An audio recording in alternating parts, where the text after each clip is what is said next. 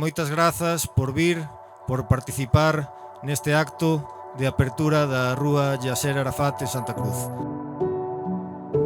Arafat foi un loitador, el quería ser libre, tuvo moitos atentados, sacrificou a súa vida, foi envenenado no último tracto de súa vida. Arafat é para mí como un padre para mí.